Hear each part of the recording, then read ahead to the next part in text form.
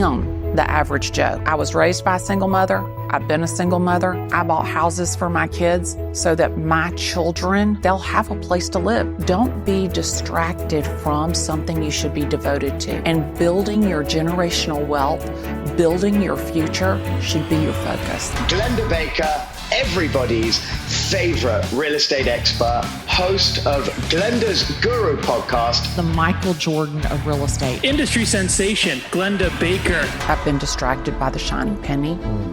I've been distracted by feeling like that I needed to be married to somebody, to be somebody. Stop looking for somebody else to give you a life that you can make yourself. What turns me on is helping people, inspiring them. I just say to myself every single day, my name is Glennda Baker. Only amazing things happen to me. I am a woman of action. Everybody's going to know my name. I don't need anything from anybody, so I can basically do whatever I want to. It doesn't matter who I piss off. You are not going to believe this. I want you to listen to me. I want you to write it down that Glennda Baker said this. Okay. Okay?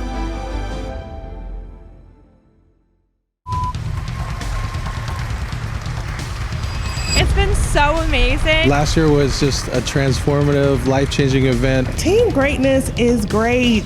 My name is Lewis Howes. Thanks so much for being here. And before we dive into this special video today, I want to remind you about the Summit of Greatness, our annual conference happening this September in Los Angeles with David Goggins, Dr. Joe Dispenza, and many more incredible speakers and performers.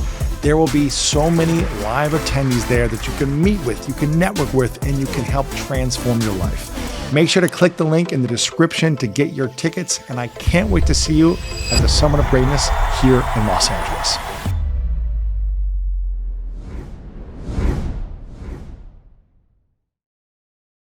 Welcome back, everyone, to the School of Greatness. Very excited about our guest. We have the inspiring Glennda Baker in the house. Welcome to the show. Thank you so much. I'm excited to be here. Very excited. You have been grabbing my attention with your content online. And there's a few things I want to talk about today. One is figuring out how and what to invest in, how to create generational wealth, how to use our mind to really overcome the challenges and obstacles that'll come our way when it comes to building wealth. And also just really figuring out what steps we should be taking, because right now in 2024, it seems like it's very confusing around real estate investing, around the stock market. And there's a whole World Economic Forum movement that's talking about in 2030, we will own nothing and we'll all be happy. I read that on their site recently.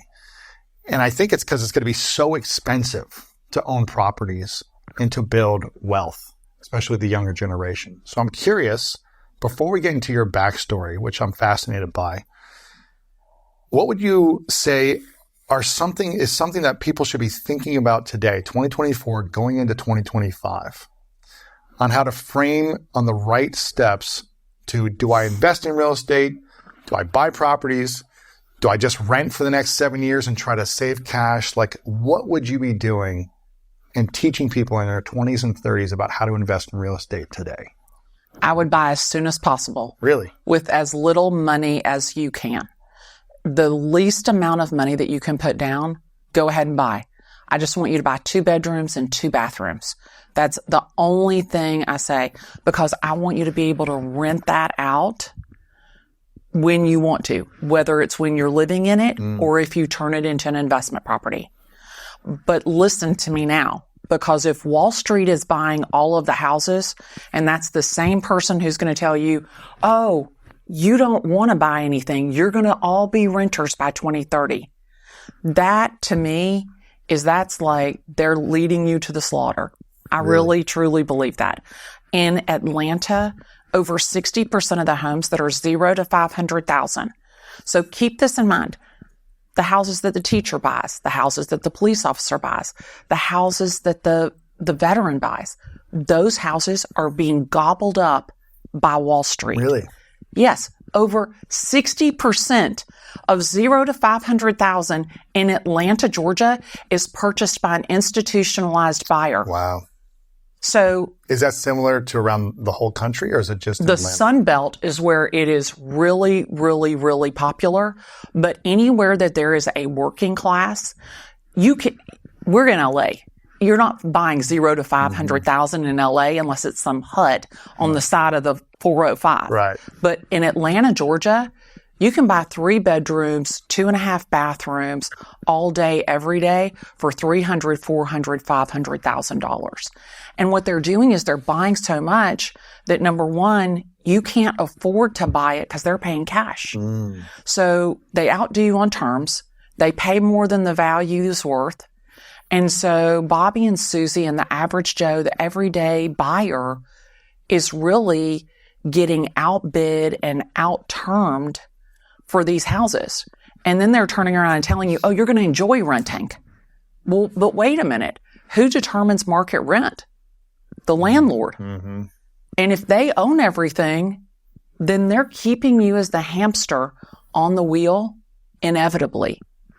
Wow. Now, you've been in real estate for over 30 years. Yep. As a realtor, real estate investor, flipping homes, different things like that. You also still own properties that you manage. What would you say are the 3 most important skills when it comes to building generational wealth that you've learned in the last 30 plus years? Don't buy based on your ego. That is the number one thing. Buy based on what is the least expensive in the most expensive neighborhood. What you want to do is you want to get in the least expensive. That way you have more room for equity. Number 2, do not ever buy in an HOA. Because if you buy in an HOA, somebody else controls your destiny. And number 3, don't pick handbags over houses.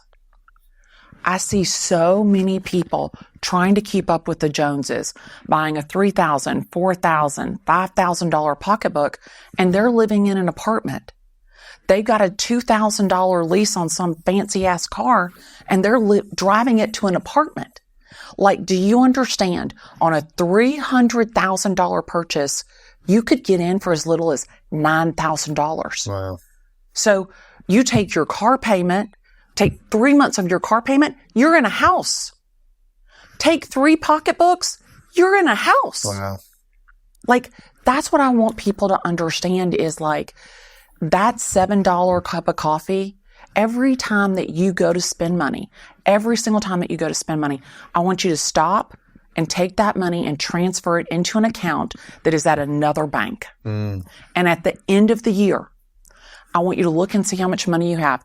And I promise you, you'll have enough to buy your first property. Really? Wow. Absolutely. Maybe not in LA, but in certain areas of the country. Not in LA, but really in a regular, everyday, average Joe, Bobby and Susie, buyer and seller market, you can buy a house. Wow.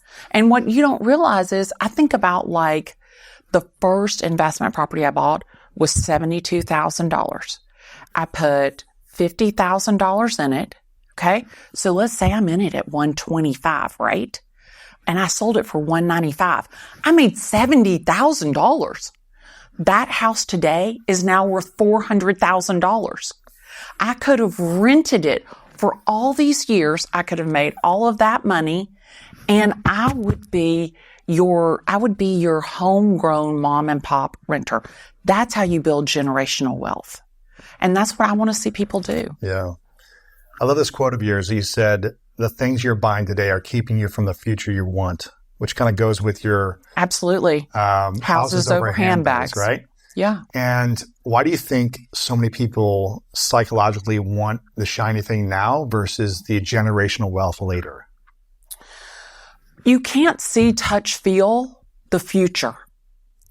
And we are a society, we are a generation of get it now. Get it new now.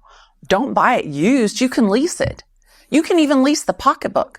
Like, that's the thing. And we've been so skewed by, and this is what blows my mind, is that by seeing like the Kardashians, I'm not hating on them. I think they have an amazing business model. I mean, they don't buy anything except real estate. Like, literally every single thing they're bartering out and trading out for influence.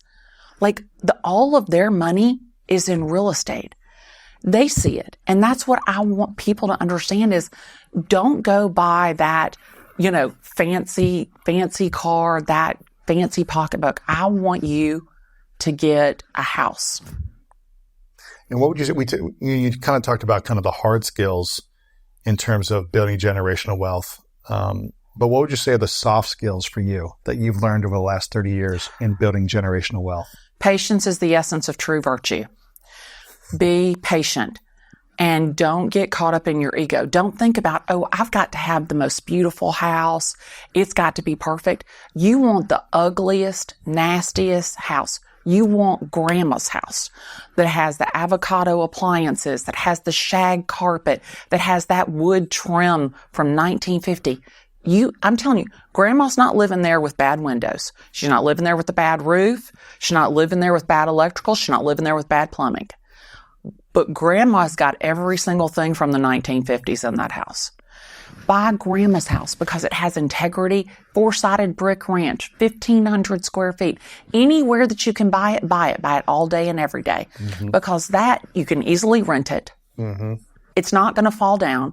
If the air conditioner goes out, it's not going to cost you an arm and a leg. And don't get me wrong. I know these people. Glennda, you only talk about single family residential because that's all you know about. You should be telling people to buy, multifamily.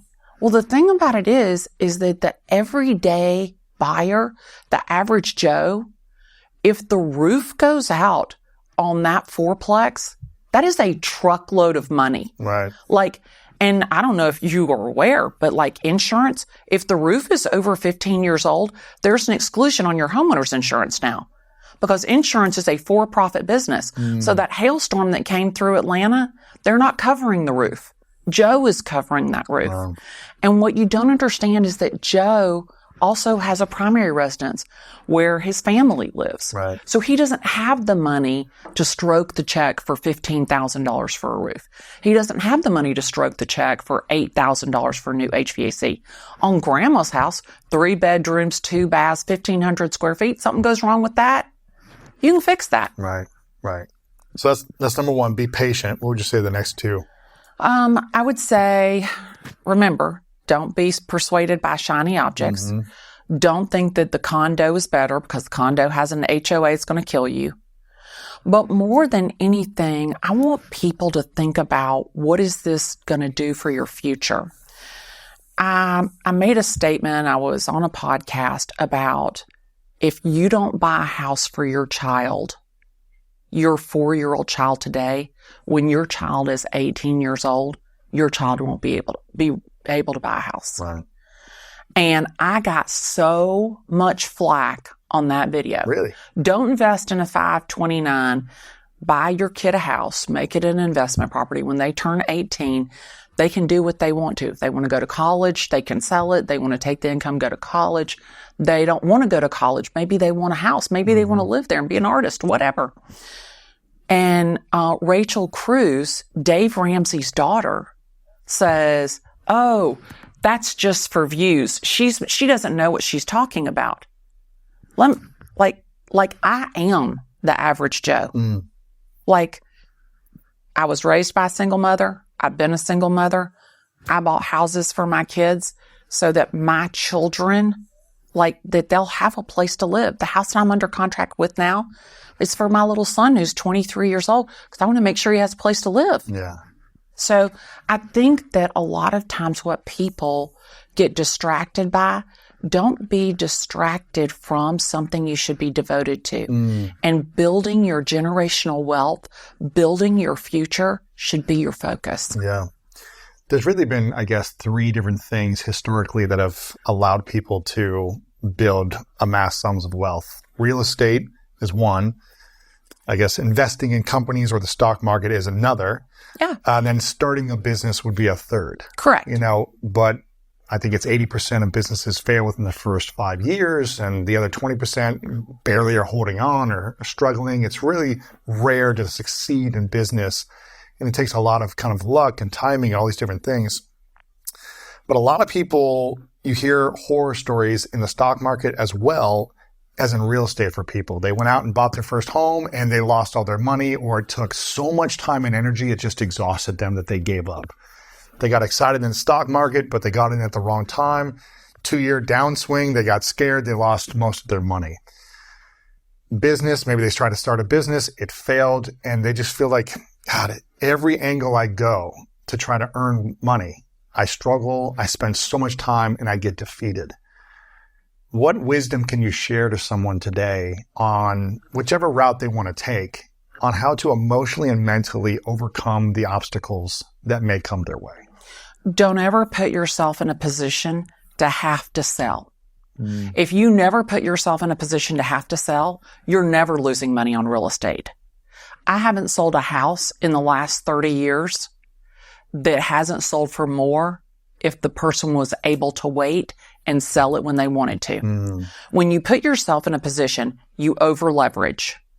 You buy in an area that is transitioning or that is high crime. That is a gamble. Those people, you're going to lose money. But when you put yourself in a position to never, ever have to sell, you're always going to make money in real estate. Now, I don't know about you, but those people who bought Blockbuster, it doesn't matter how long they wait. They're never getting that money back, are they? No. And that's the difference between real estate and stock. People say, oh, well, you know, Glennda, if I put $130,000 in this stock, it would be worth $1 zillion. Correct. But if you put down $6,500 on a $130,000 house, you only have $6,500 in it. Right. If you lost it, you only lost $6,500. You didn't lose $135,000. That Blockbuster stock, you lost all $135,000. Right. People don't think about it from that perspective. You talk about appreciation. You bought a $150,000 house in 1975. That house is now worth $1 million. Guess what? You also had a place to live. Okay? Or you had an income generating Rental asset. income. Yeah. So that's the thing is like the last time I checked, those stocks aren't doing that for you. And all I know is real estate. Like I'm old. I want to see, touch, feel my money. When I want to be able to get my money out, I want to be able to get my money out. I don't want to be at the mercy of the stock market. So while I have stock market investments, that is not where I keep my money. I keep my money in houses where I can see, touch, and feel it. And the worst case scenario is that you have it rented out and it's renting for less than your payment. Okay? So this is the worst case scenario. Right. Your payment is $2,000 a month and you're only getting $1,500. That's a $500 savings deposit that you're making per year into that account. And if you keep that house and you sell when the market is high, you're going to make all of the money that you put back in it. Right. What about if someone says, well, what if, I've got to fix all these things and there's all these extra costs and expenses that I have in the house over a few years and it's just, maybe I chose it wrong or maybe the realtor, I didn't see these things, the inspector missed something, whatever it is. Yeah. And I got to pay $20,000 for a new AC, the roof, the bathroom, and it's like I'm in tens of thousands of dollars more, $100,000 more than I have or want it to be. Right. And now I've got to hold on to this for 20 years to make a profit. How does someone wrap their mind around that and not feeling like they're losing money, they don't have access to that cash, and they have energy invested into a house versus kind of just that money in the bank or in an index fund? Right, exactly. So what happens is it's critical to understand what you're buying. It's critical to do your homework on what you're buying. Not just having a great real estate agent, not just having a great inspector, but getting in the weeds with it. And what I mean by that is driving through the neighborhood, getting lost in the neighborhood. Did you do your own recon in the neighborhood? And that's what I want people to do is don't depend on somebody else to tell you everything. I want you to understand how to do it. And so a lot of times when I'm with buyers, I'll put them in the car and we'll just drive around, get lost, turn off the GPS, eat in the restaurants, shop in the grocery stores. And this is such a simple thing that a lot of people don't think about. If the grocery store has great produce, that means that people are spending money in that grocery store.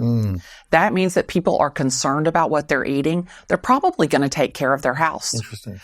Nobody ever talks about stuff like that. You probably never thought that if I have good grapes at my grocery store, it probably means that I'm living in a neighborhood that's well kept. If you're concerned about the food that you're eating, what you're putting in your body, you're probably concerned about how you're taking care of your house. Wow. What would you say are 5 things people should look for when finding a great deal or an investment in real estate? The best investment in real estate, grandma's house. Okay. Something that needs cosmetics, not infrastructure. Infrastructure may not sound sexy, but infrastructure is a wonderful thing to have. Number 2, look for an area that is not at the top, but that is growing. That you can kind of see like, oh, wait a minute, they're doing work here. There's a dumpster in the driveway here. And do that kind of research. Understand like what direction is the neighborhood going in. Number 3, I would probably say when you're looking to invest, make sure that you understand what you're buying. A lot of people don't understand, like, is this house on a 2-lane street? Is that a problem? Does this back up to the retention pond? Are there mosquitoes? It's Atlanta, Georgia. It's hot as hell. Right. There's all kinds of mosquitoes. Do you understand how much less you're going to take for a house that's on a retention pond? So that's why I always want people to understand exactly what it is that they're buying. I hammer on that a lot. And again, I don't want you to get caught up in your ego. A lot of people buy for vanity. Really? Oh. What's the ego mean when they invest in ego? Because they want you to drive up, pull in the driveway and say, oh, what a nice home. Oh my stars. Look at your fancy ass house. You don't want that. Literally. Unless you're living in it, maybe. You don't even want it when you're living in it. Literally, you want to live in the house that works the best for you and your family. Like, do you want to, like, out here in LA, it's a little bit different. But in regular markets, like, think about it. And I'll talk about Trae Young. I love basketball. Trae Young bought a $20 million house out here in LA. Signed a contract for $215 million. Right. Praise the Lord and pass the money, right? Do you know how much the taxes on that house are? $600,000 a year. Oh. Okay. Do you know how many houses, investment properties you could buy with $20 million? Wow. So you could have bought a fancy $5 million house in Atlanta, Georgia, which would have been the same as a $20 million house out here, for God's sake. Then you could have bought some investment properties and built generational wealth. Not that his $215 million isn't going to be generational, but ask Evander Holyfield how that works out. That's the thing. You look at Evander Holyfield, a fighter who sacrificed his body, his well-being, his quality of life, made hundreds of millions of dollars in his career, and loses his house to foreclosure. And think about that. So that's when I talk about vanity, anytime that you're trying to impress somebody else with what you have, I'm just going to ask you, let's just rethink that. Just for a second. Wow. What about, when did you really learn about how to manifest in your life? Was there a time or a season or a decade where you started to think a certain way when it came to either attracting the right clientele as a realtor, in terms of attracting the right homes that you wanted to buy and invest in terms of business deals that you wanted to do? Was there a season or time that you learned about manifestation? Making mistakes was probably the biggest teacher for me. Really? Not just making mistakes in my real estate business, but making mistakes in my personal life cost me so much time and so much money. Because, and I think the reason that I'm passionate about it is because, like, I went out and bought the Mercedes. I made $137,000 on one house. I went out and bought a Mercedes. I went on a shopping spree, and within 12 months, I was selling my Rolex at a pawn shop. Really? Yes. Oh my really. gosh. I was selling my car, my Mercedes. I was selling that Mercedes and buying. No. I didn't sell it first. I didn't sell it at first. At first, sit down. It was paid off because, I hadn't made all that money. What you really don't realize. That went down in half after a few months. Well, what you don't realize is that you got to pay taxes on all that money. But anyway, so I buy the car and I realize I have a cash flow issue. So what do? I go get a tote the note at 27%. Ooh. So you want to talk about, oh, Glennda, what would you do? When I talk to you, I'm just telling you straight from the horse's mouth. I made this mistake. Don't make the same mistake I did. I went out and bought the fancy Rolex. That's why I have the $130 ring from Ross Simons. I mean, it looks fancy, it looks nice, it works. And it matches my outfit today. So that's what I want people to focus on is like the mistakes that I made. Don't do what I did. Learn from me. And so how do you manifest it? I never will forget, I saw this agent who sucked as a real estate agent. And that guy was making more money than he could count. Really? What was the secret? He was a good talker, but he was investing in POS houses. He was investing in these little houses, and he was fixing them up and selling them and fixing them up and renting them. And I remember thinking to myself, somebody that is not as good as I am at real estate is doing 1,000 times better than me. And every time I thought about going out and pissing the money away, I thought about that guy. And it pissed me off. It made me so mad. It just made me crazy. And every time that I think about doing something that's probably, impulsive or ego-driven, and I think that a lot of times you get caught up in being ego-driven because it feels good when everybody looks at you and they think that you're successful. But for me, every single day, I focus on what moves me from here to there. And here is freedom for me. Freedom with my children, freedom with my family, freedom with my little grandchildren.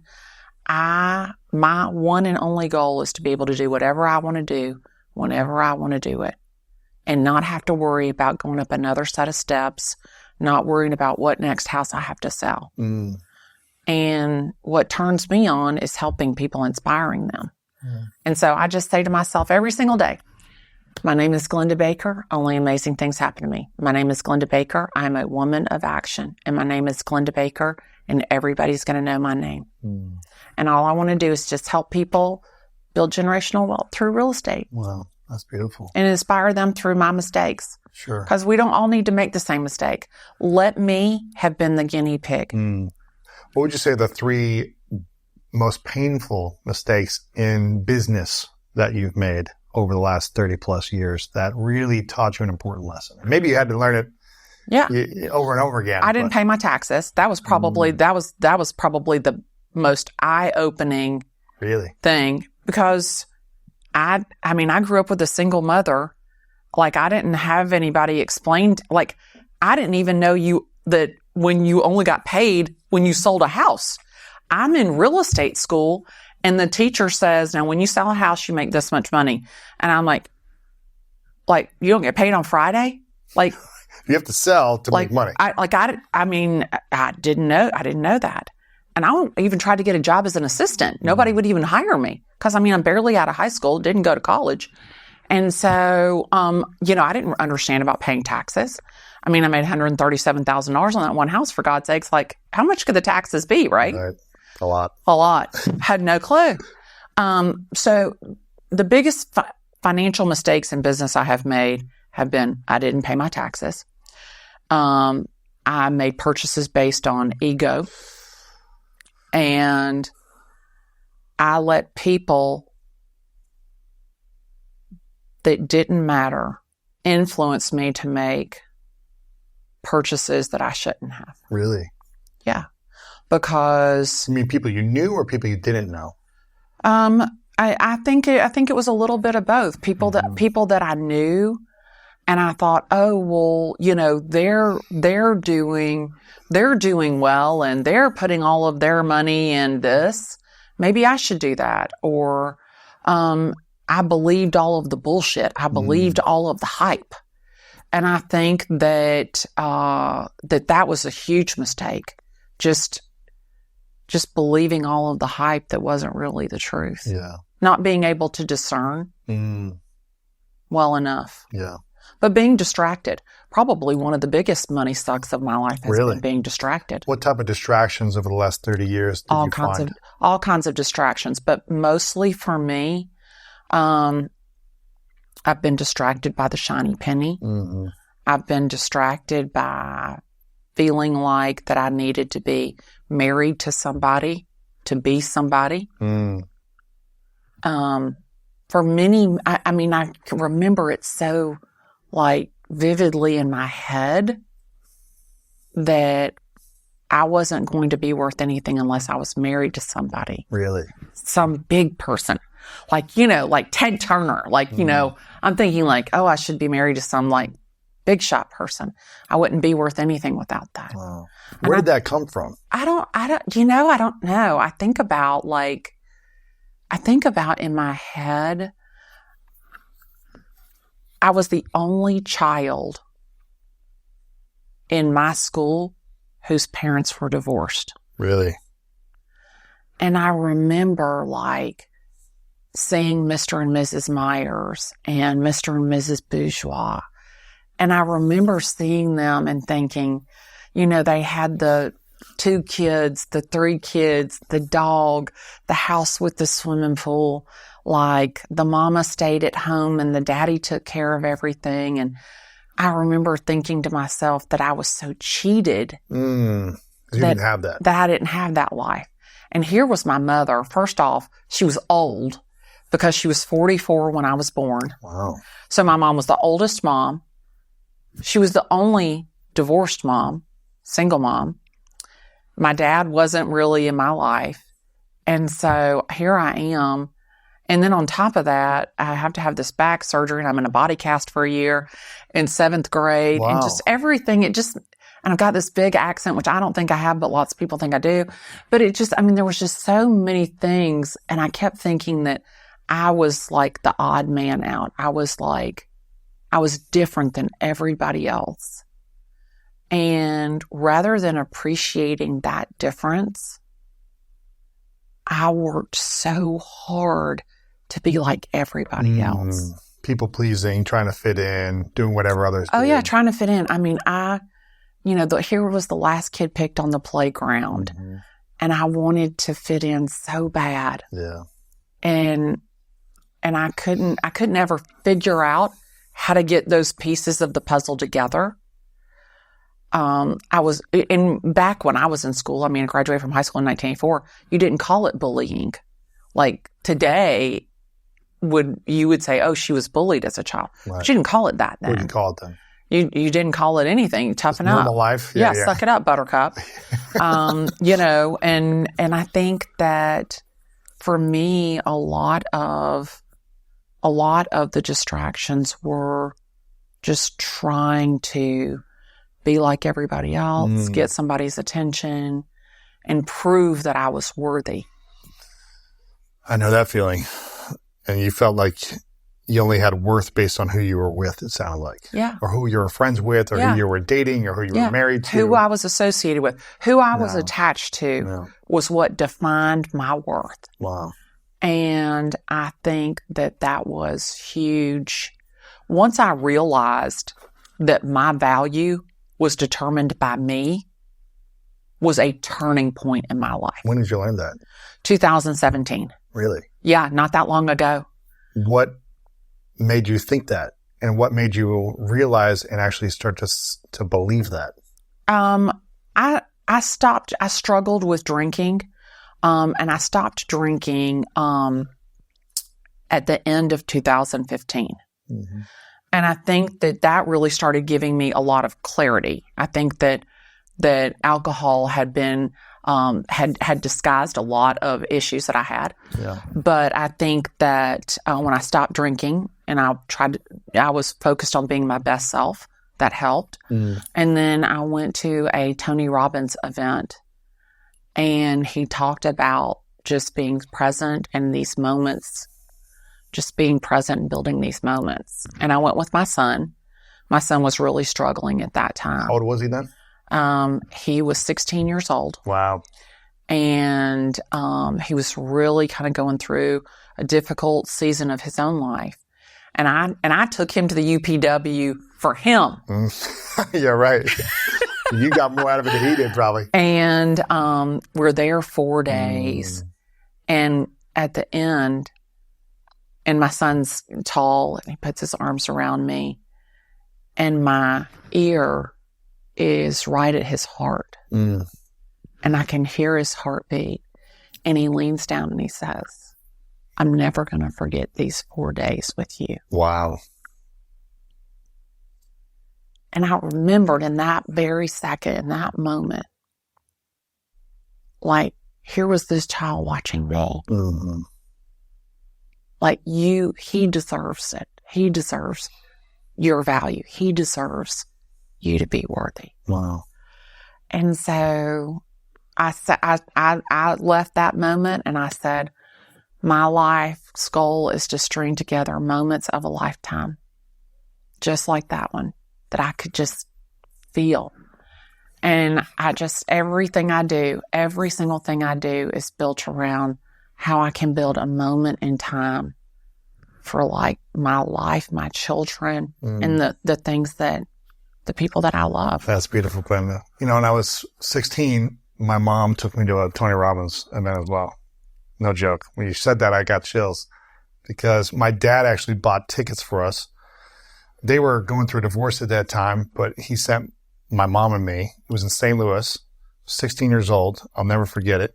It wasn't UPW because I'd been to UPW later in my life, but it was another event that he was doing. It was interesting. It was actually Donald Trump was there. It was like Larry King was there, a bunch of like sports coaches. It was a multiple day event that he was doing back in the day, different than UPW.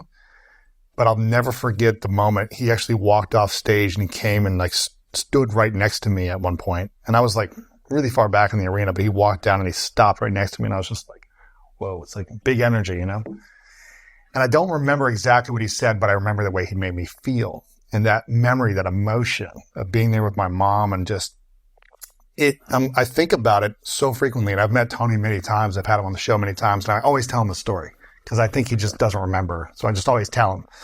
And I think about it because, you know, what you did with your son and what my parents did for me there, and also many other moments in my life, I would not be here doing what I'm doing without those specific moments and memories. And I think it's powerful that you did that for your son, but really you probably got more out of it than your son did, it sounds like, because you owned your worth in that moment. Yeah. And it, you know, at that point in time, I was all caught up into post to be perfect. Like every comment, you know, 2017, you know, I remember I'm old, I'm on Facebook, and you're fed by all of that. And I remember walking away from that event and thinking to myself, it is in your moments of decision that your destiny is shaped. And I decided from that moment forward, the only thing that I was going to do was have moments like that with the people that I love. And I think that understanding, and everybody in Trent Shelton, I just love to listen to him. And he says, remember, everybody in your circle isn't in your corner. And just really being able to understand who is your front row. Like, who is your front row, and pouring into those people. And I always go back to, don't be distracted from something you should be devoted to, something or someone. Yeah, it's interesting. What does he say? The people in your circle are not always in your corner? Yeah. Always remember that the people in your circle aren't always the people that are in your corner. And I think we should be, the faster you can figure out who's in your corner, the better your life will be. Yeah. And I've had so many seasons of life where I've had lots of friends or acquaintances or partners in business or relationships that I thought were in my corner, but really weren't, when something challenging would happen or whatever that I might have been going through. And when you can kind of select the right people in your corner and start to move the others out of your life so you don't have to please them or show up for them in certain ways and feel taken advantage of, it gives you back so much more energy and freedom and peace in your life. Yeah. And in the last 6 to 12 months, I have just created so many emotional and physical boundaries with people in my circle who I thought were in my corner. And you're going to upset a lot of people when you create these boundaries, or when you just have the courage to speak up and say, hey, I didn't like this thing. Here's what I want to create moving forward. Or I need to create a boundary here. You're going to upset some people. And you're also going to create freedom because you're going to tighten the people in your corner and have a stronger circle. Right. I think that's a powerful lesson I've learned in the last year. Yeah. Who you surround yourself with is more critical to your success than you realize. Yeah. And that's your personal success, your business success, your family success. Again, I go back thinking about myself as an example, and the people that I surrounded myself with, and how I let that distort my view of what I should be doing and what direction I should be going. So I think that looking, you know, we live in such a fast-paced, chaotic world that a lot of times you don't think that peace, I don't want to sit at home. Like, you're thinking that peace is like you're being quiet, like you're not doing anything. That's not what peace is. No. Peace is that inside of you, like in your very core, where you can be alone without any other person or any other thing or doing anything, and feel that comfort in yourself. Mm-hmm. And I think that once you have that, once you're comfortable with yourself, that was another thing, is I was so uncomfortable with me. Really? When did you start to feel comfortable with you? Well, again, it probably started when I stopped drinking. That clarity, getting that clarity and certainty in my head of who I was and the direction I was going in, really helped me.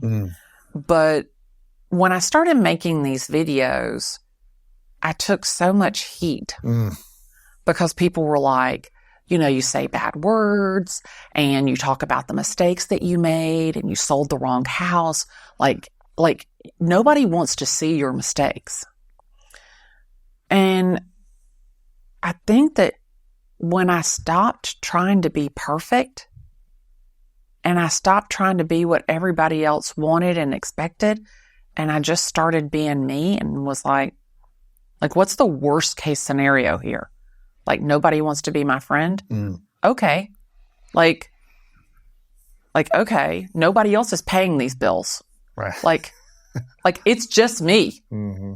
Like, I don't need to be nice to you to get something out of you. And that's also very freeing. Like, I don't need anything from anybody, so I can basically do whatever I want to. It doesn't matter who I piss off. And I'm not seeking somebody else's approval. The only thing I am trying to do is live my truth, live honestly, and help people understand through the mistakes I've made how to do life better. Right. And if just one person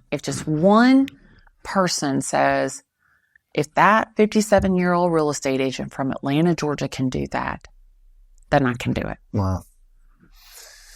Speaking of, I guess, lessons, I feel like I've been through, my audience has heard me share this a lot. So if this is your first time here, I've been, in many different previous intimate relationships, long-term relationships with different women in my life that I felt in the moment, and when they ended, that they were losses. But as I reflect back now, they were all beautiful lessons that I got to learn and what I got to overcome, and, repeating certain mistakes within myself over and over again, getting to a place of peace and looking back at those, not as mistakes, but as beautiful lessons that I can share with others now. That's the way I try to look at it. So I don't hold on to any resentment from those things, even though they were painful and challenging at times, some of them. We were talking beforehand, you've been married and divorced 3 times. Correct. And so you've got probably a lot of lessons.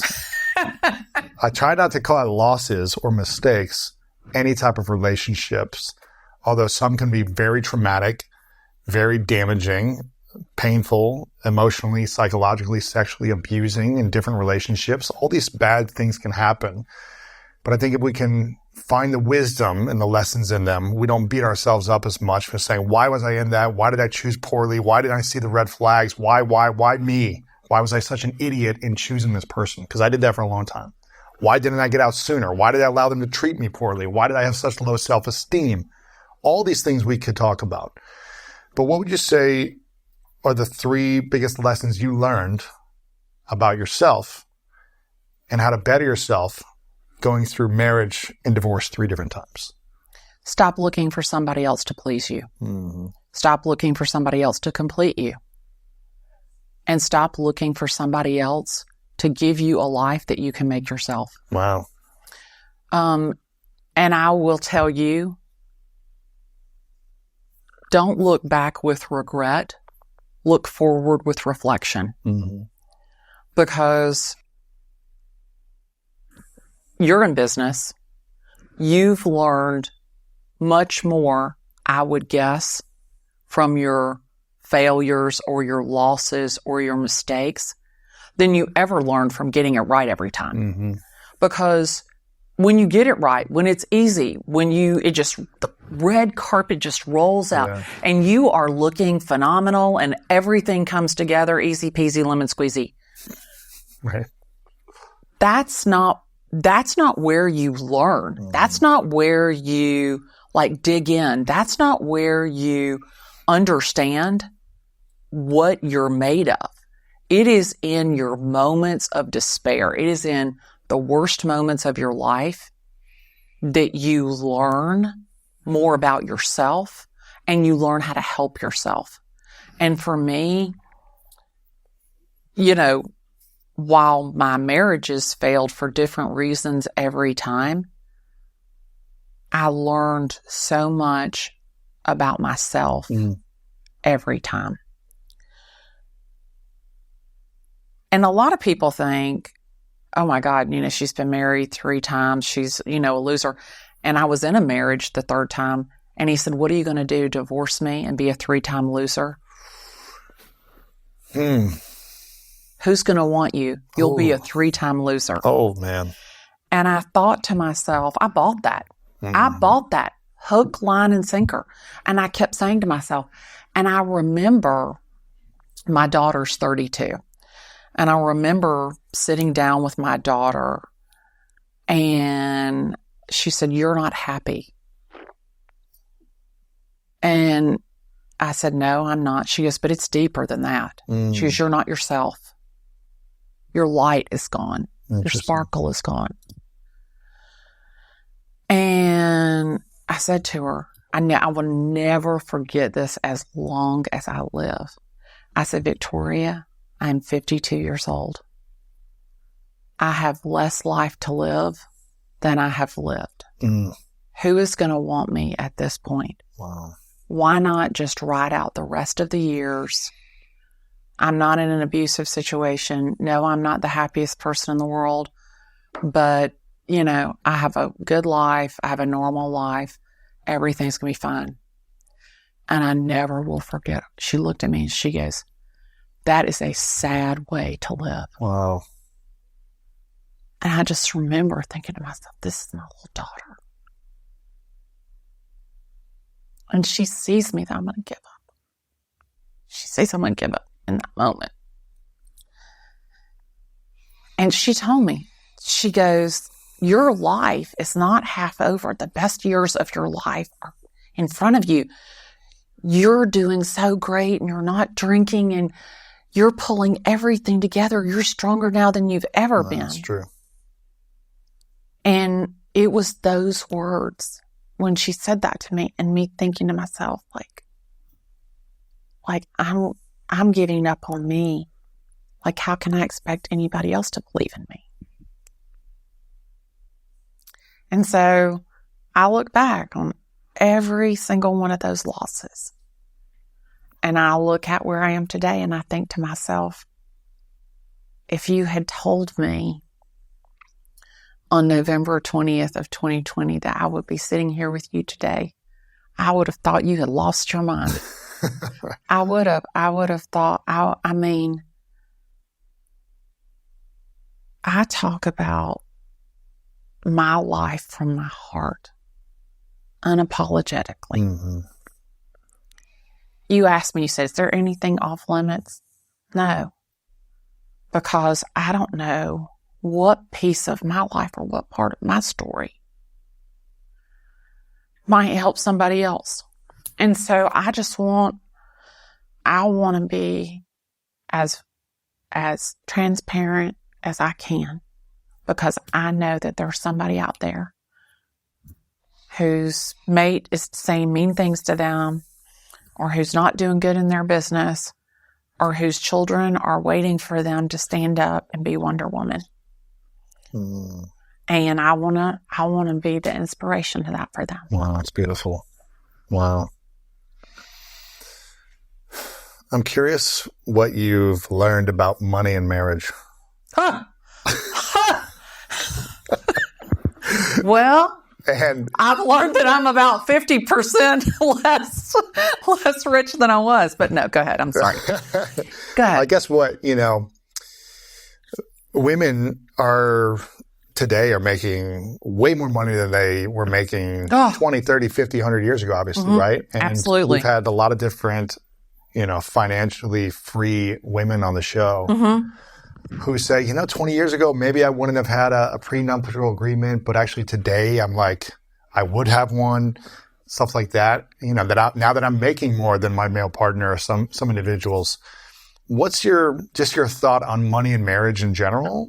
What conversations should couples be having based on your lessons?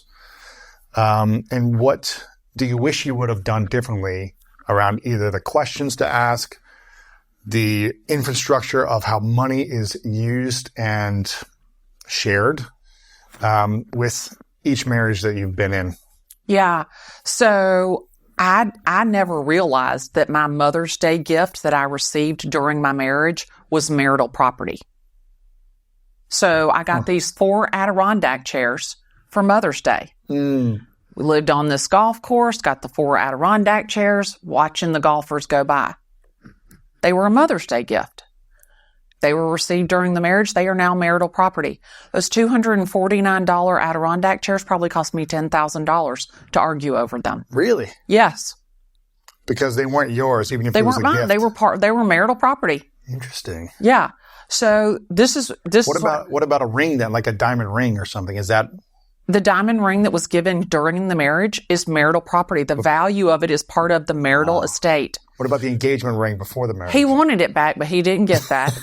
Technically, that's not marital property because it was given before before you were married. Wow. But any gift given during marriage, it's not yours. It's 50-50. It's 50-50. And in Georgia, it's 50-50 until the day you're divorced. So not the date of separation, it's the date of divorce. Wow. So, I think probably the biggest lesson that I learned was that, and I guess I learned it because he said it to me to my face, and that was, I knew when I married you that in a worst case scenario, you were a net neutral. You could pay for yourself and your kids. Wow. So what I would say to anybody, not just women, but anyone, that number one, you need to understand each other's financial situation, and you need to understand each other's financial goals and financial values. Number one.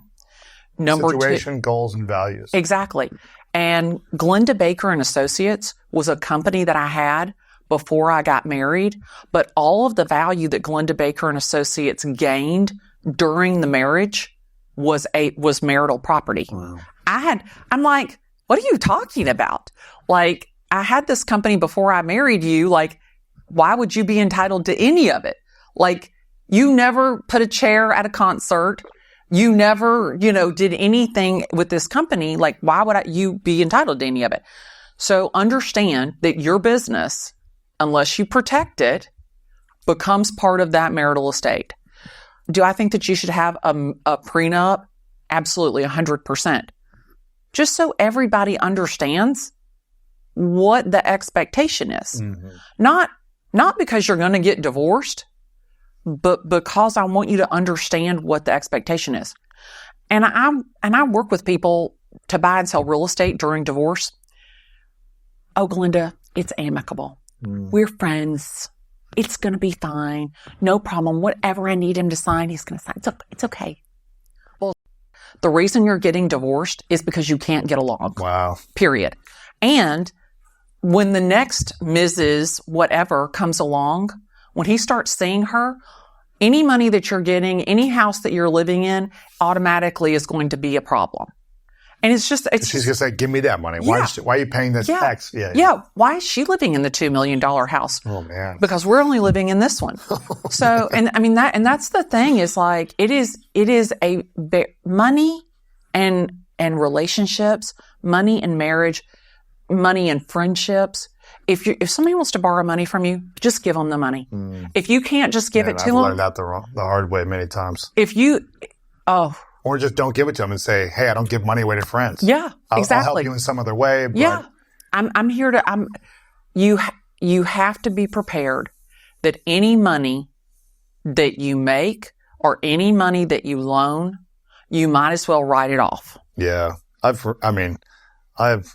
don't have certain relationships anymore based on giving people money that made promises that never filled it and paid it back. And I'm just like, how can I trust you if you made this promise? Now, if I said, I'm going to give this to you and you don't have to pay it back, then cool. Yeah. And whatever you do with it, you go right ahead and do with it. Oh, I need this money for this. And then you see them here and they're not spending. You're thinking, wait, they didn't have money for this, but now why they're are you buying these concert tickets and paying for this thing or whatever? Yeah. So, but in marriage, whether you, and this is, you're young, you have no money. I mean, I married my high school sweetheart. We had no money. Right. Zero. -0. Would you still create a prenup if you both got young and absolutely, had nothing? 100%. Really? Because I think that everybody needs a blueprint for success. That's true. When it comes to money. And it's not necessarily like what you make is yours and what they make is theirs. It's not that. But understanding how you're going to allocate that money. Like, does he like to buy cars? Do you like to buy handbags? Does he like to buy houses? Do you like to buy handbags? It all goes back to where are your financial values? Right. And when you have children, and if you're bringing children into it, like I never ever will. I mean, I remember I had an ex-husband that tried to claim that my son's truck was a marital asset because I had given him my 2012 Toyota Highlander that was 4 or 5 years old to him when he turned 16 or 17 years old. And then he traded that to get his truck, and he claims the truck is a marital asset. Wow. And I'm like, are you kidding? And then his basketball goal that my kid got for Christmas, it's a marital asset. So people are mean with money.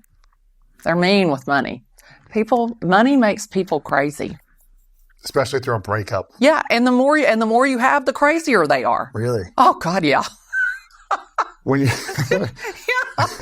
you're helping people buy a new home because they're leaving a relationship, what are some lessons you've learned from them that whether they say like, oh, everything's going to be fine, but really it like blows up later, 3 months later, like, never mind, it's been a horrible experience, or like, what are some things you see? Yeah, we're contract to closing. She's in the middle of a divorce from the husband. And she's like, oh, we don't have any kids. Very amicable. No problem. Yeah. We've got separate accounts, whatever. It's all going to be fine. Yeah. We're going to split it 50-50. We'll be able to talk it out easily. Yeah. We don't, I have an attorney. He's handling everything. It's okay, Glennda. Yeah. 3 days prior to closing, the ex-husband's like, yeah, I'm not signing those documents. To buy the home. She loses. Or... She needed him to sign off on the final decree before she closed on the house because the house then becomes marital property if you're still married. Right. Then he says, yeah, I'm not going to do that. Out of spite. I mean, that's the thing is like, there's so much that happens out of like getting the other person back or getting even, or you feel like you were wronged. The other thing is like selling the house. I met with a couple and they need to sell their house. They are going through a divorce. They're in financial straits. The wife thinks that the house is worth much more than the house is worth. And she puts a very high ticket, doesn't want to do business with me because of my numbers. She lists the house with somebody else. Well, that was nothing more than to drag out this divorce, nothing more than to get to live in the house longer. And that house is still on the market for sale. And she's still in the marriage. And so that's kind of trapped her in the marriage too a little bit. Well, he's trapped in the marriage. Right. He can't get out because his name's attached to the loan. And it's just, and that's the thing is like your credit, all that stuff. Oh yeah, I'm going to take 50% of the debt. You take 50% out of the debt. You walk out and go into bankruptcy court, and guess what? All that 50% comes back to me. Ooh. So that's the thing. I just want people to understand, have an agreement in writing. You don't even need to call it a prenup. Right.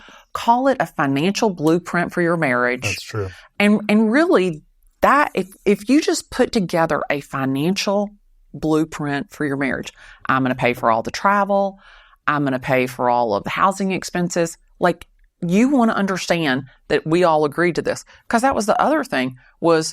And here was, I thought it was so smart because I paid for all the Hawks tickets and all the concerts and all the vacations.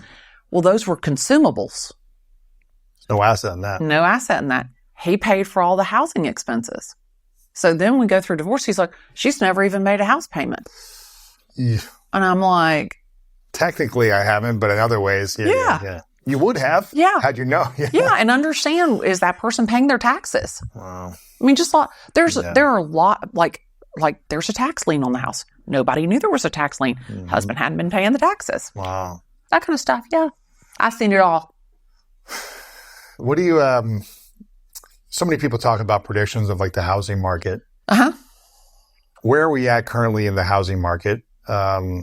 Is there going to be a boom or a bust coming up? What do you think is going to be happening over the next few years, especially with an election season? What has historically happened during or after an election season? Or does any of that even matter? Just have a plan, invest whenever you want to, and just hold it long term. People buy and sell real estate 365 days a year. They typically buy for one of 5 reasons: diamonds, diapers, divorce, debt. I know the 5: diamonds, divorce, debt, death. Diapers and death, yeah. Death. And that's the thing is those 5 things happen all of the time. So people are going to buy and sell real estate 365 days a year, number 1. Number 2, if you thought that 2% interest rate was normal, you were wrong. That was not a normal interest rate, okay? The fact that the interest rate is 6, 7, 8%, that's actually pretty normal, okay? 18 is not normal, and neither is 2, okay? But somewhere in the middle is where we're going to be.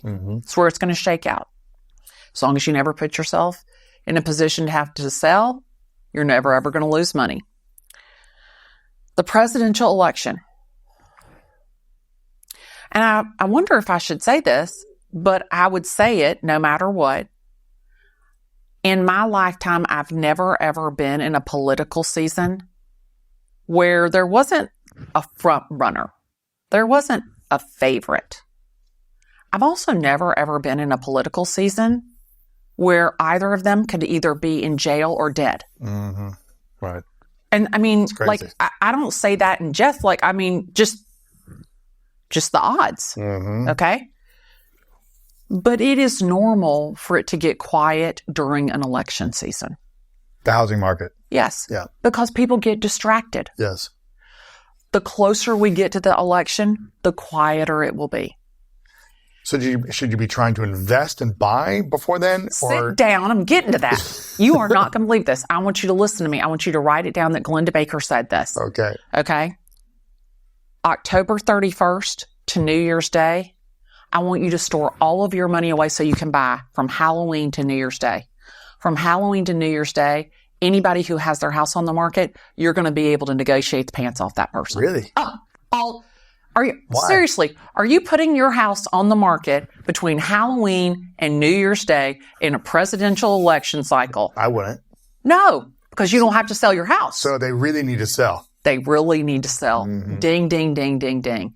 And they are really going to you're going to be able to negotiate against those people like nobody's business. Wow. Why would they need to sell? One of these 5 main reasons. One of the diamonds, diapers, death, divorce, and debt. Wow. Interesting. I'm telling you, you just go ahead and write it down that I said it. Okay. It is I'm telling you, because I've been through a lot of this, and there are normal ebbs and flows of the market. Interest rates go up, interest rates go down. Supply goes up, supply goes down. But ultimately, right now, there is such opportunity, I believe. Because let me ask you a question. If grandma passes away in August, are you going to wait until next spring to sell her house? No. Try to get rid of it as soon as you can. You're going to go ahead and sell it as soon as you can. If you have a baby and you are in a 1-bedroom condo, you just going to sit there and stay, wait till that baby's 5 years old? No, you're not. You're going to start nesting. You're going to look for something larger. Mm-hmm. If you're getting married and you're in a rental, are you looking to buy that white picket fence all day, every day, and twice on Sunday? So that's what I say. Those 5 reasons people do life, and that goes on every single day. Yeah. But if you are looking to invest, I'm telling you right now, there's not going to be any time better between the presidential election, between the cost of insurance. A lot of people don't even talk about the cost of insurance and how insurance companies are excluding roofs. They're not doing, to get insurance in Florida, you could pull teeth out of a rattlesnake faster. So that's what, it's the truth. And I'm telling you, I have a friend, they built a $5 million house. They got a loan with Bank of America. Bank of America sends them a letter and says, we're going to force insure you because you don't have insurance. You got to have insurance. And the guy goes, go right ahead. Please force insure me. I can't find anybody to write insurance because he's on the coast of Florida. Right.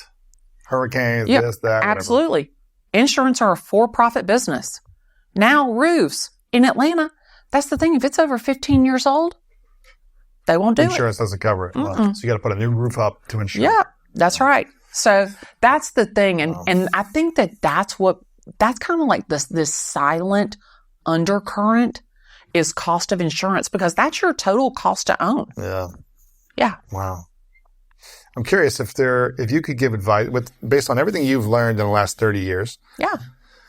If you could give advice to someone in their 20s and 30s who are making between $70,000 and $120,000 a year, let's say, what advice would you say for them if they wanted to go all in real estate for the next 30 years? Yeah. What would you say they should start looking to do now and every year for the next 30 years to build their wealth?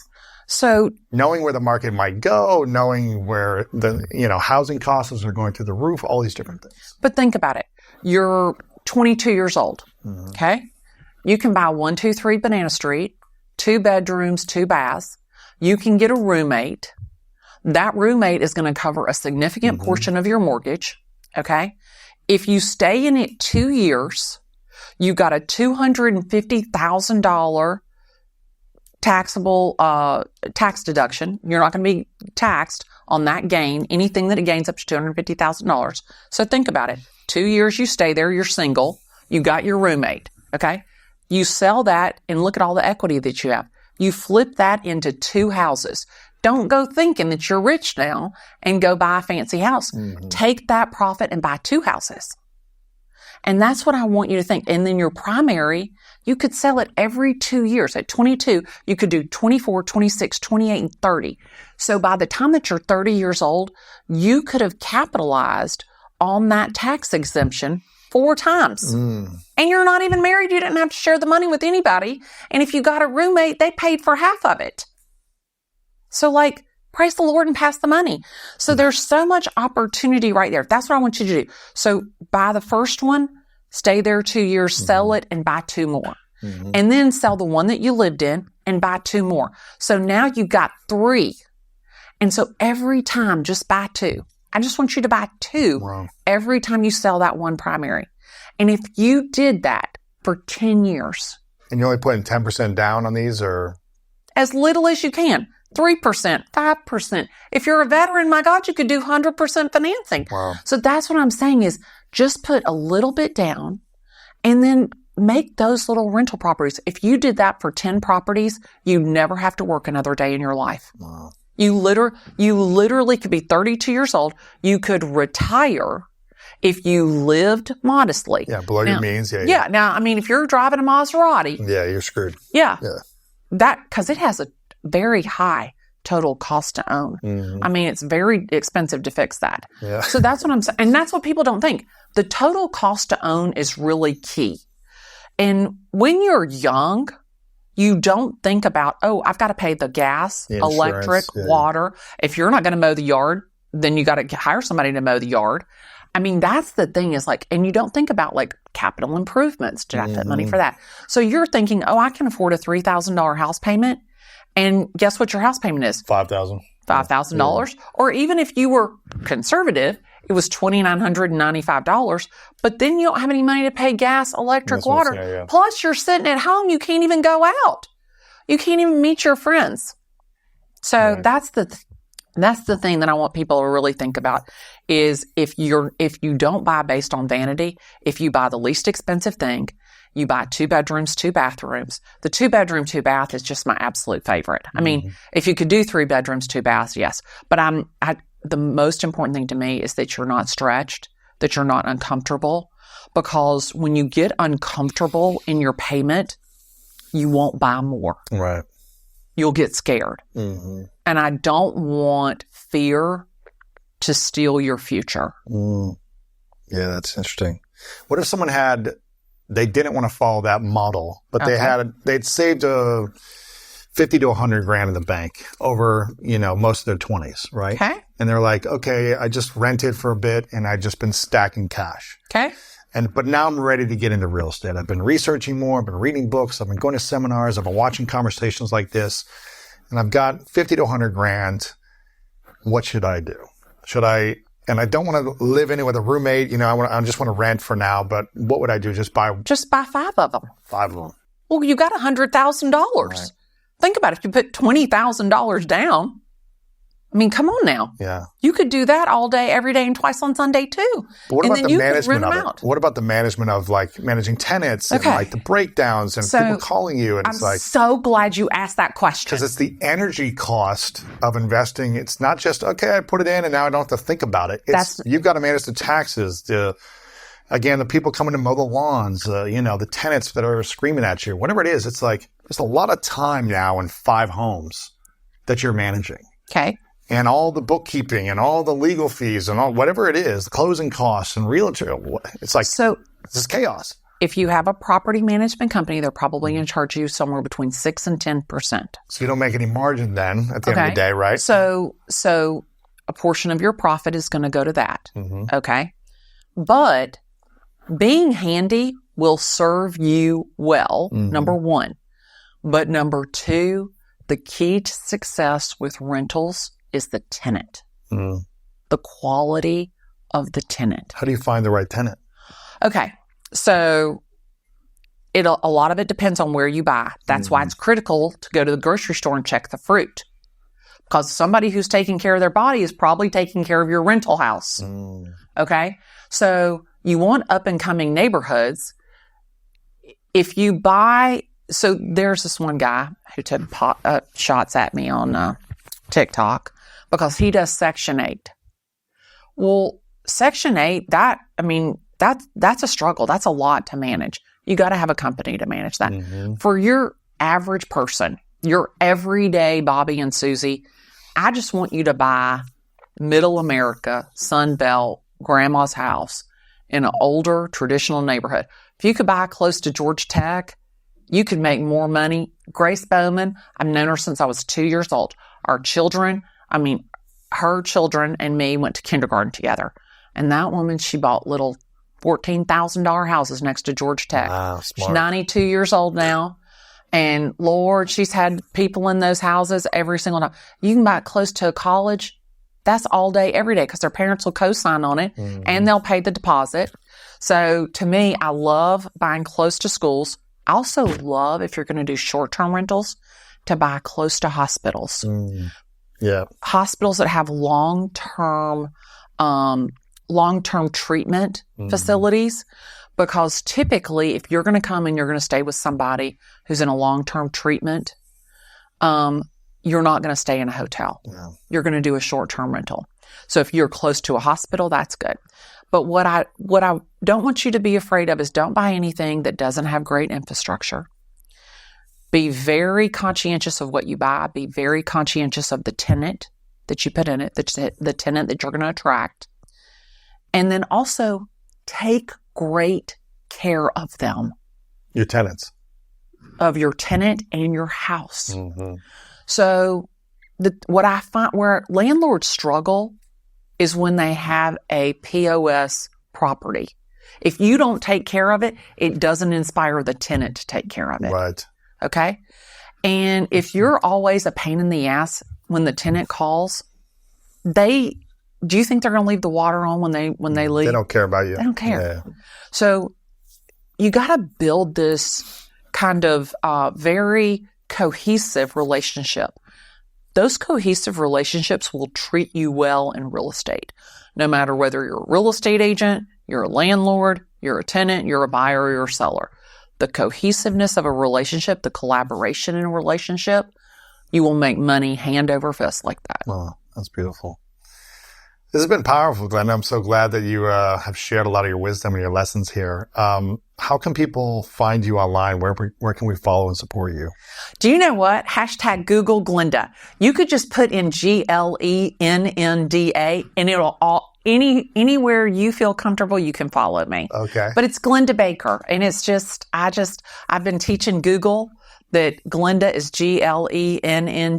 And literally, if you Google Glennda, everything that comes up will be me. That's great. Where do you like to hang out the most online? Oh, my stars and stripes. Well, I'm really loving Instagram right now. You know, my account got stolen in February. Instagram? Yes. Oh, man. For 3 weeks. I had a nervous breakdown. Oh, man.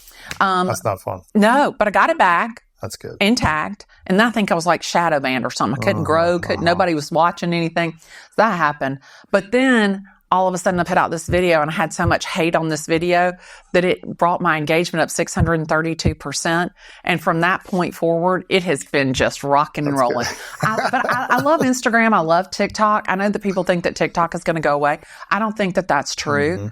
Because I think that the algorithm of TikTok, it just helps people find what they love. And if you love real estate, you can find me easily. Where have you got the most opportunities from in your business with TikTok or Instagram?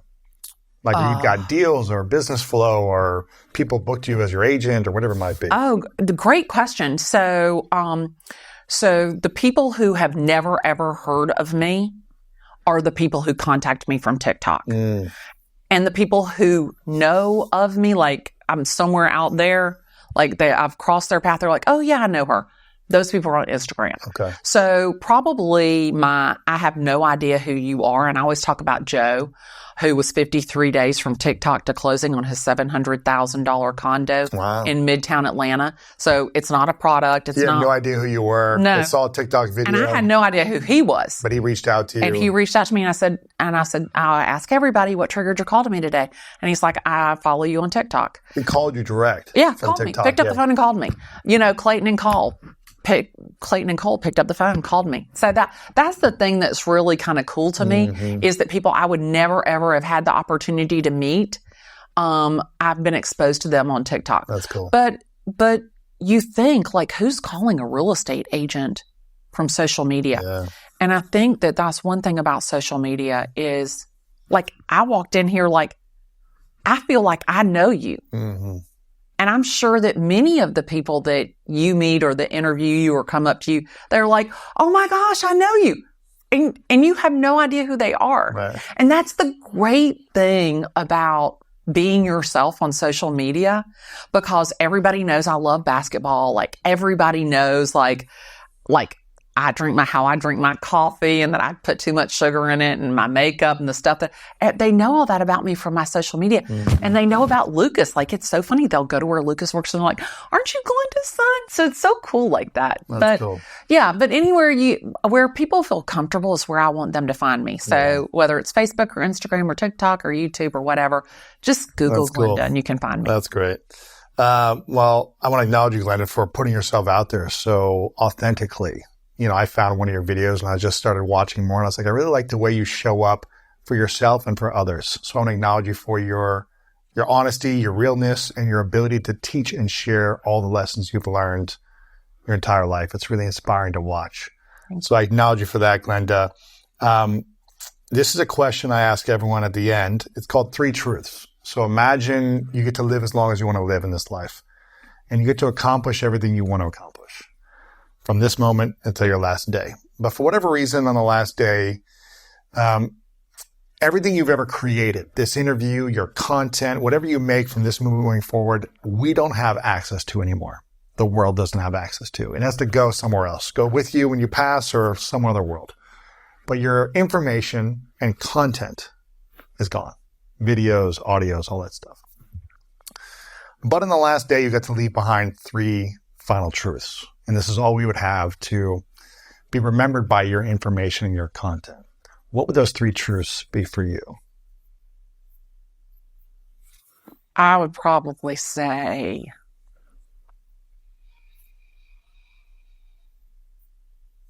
that my children knew how much they inspired me and how much they were loved, and that everything I did was just for them. I